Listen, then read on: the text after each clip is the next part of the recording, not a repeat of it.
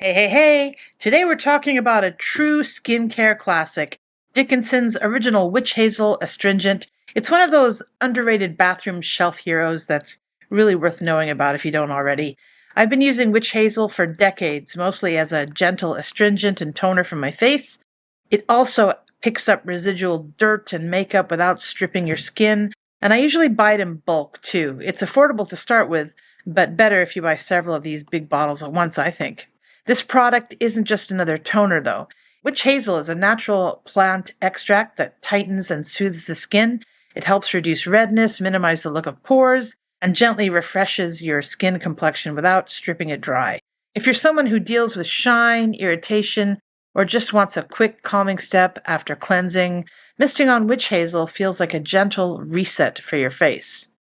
As it gently removes excess oil and grit from skin, I often use it behind the ears and neck and the chest and shoulders too.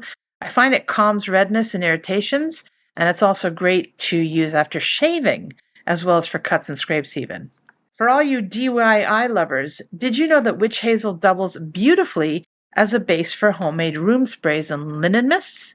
Because it's mostly water with natural astringent qualities and doesn't leave any sticky residue, this is perfect for blending with essential oils like lavender, citrus, or eucalyptus.